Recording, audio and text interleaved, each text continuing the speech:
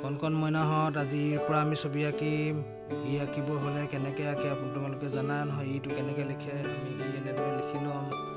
তাৰপিছত আমি বনাম এটা হাতী। প্ৰথমতে হাতী কাণখন দি দিলোঁ এইফালে।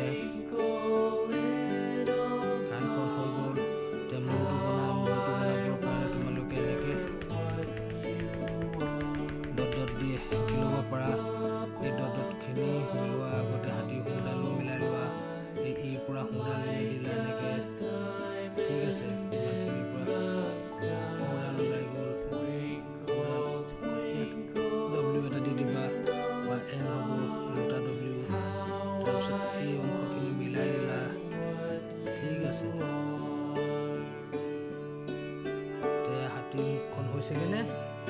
হাতী মুখখন হোৱাৰ লগে লগে তোমালোকে কি কৰিবা, এই অংশখিনি মোহাৰি দিবা।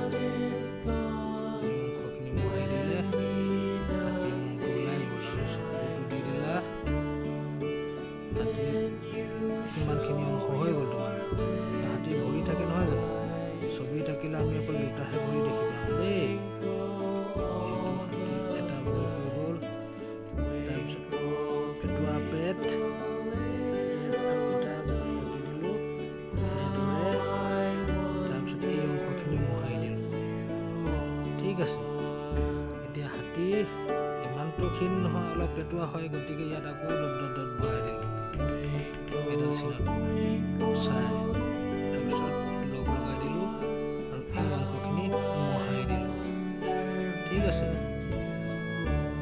এতিয়া হাতী তোমালোকৰ পেটটো ওলাই গ'ল ধুনীয়া, ঠিক আছে। কি থাকে হাতীৰ? এডাল নেগুৰ থাকে। সেইডাল নেগুৰডাল আঁকি দিলা, ঠিক এনেদৰে। নেগুৰৰ পিছফালে এটা থোপা থাকিব এনেকৈ। আঁকি দিয়াৰ লগে লগে হাতী আমাৰ হৈ গ'ল। এইটোক আমি কি ক'ম? E for elephant. E for elephant বনাবলৈ এনেকৈ বনাব পাৰি। পিছত তোমালোকে পেঞ্চিলে আঁকিলে এইবোৰ অংশ তোমালোকে ৰবৰেৰে মোহাৰি দিবা, তেতিয়া দেখিবলৈ ধুনীয়া লাগিব, ঠিক আছে। তোমালোকে বুজি পালানে কেনেকৈ আঁকিম?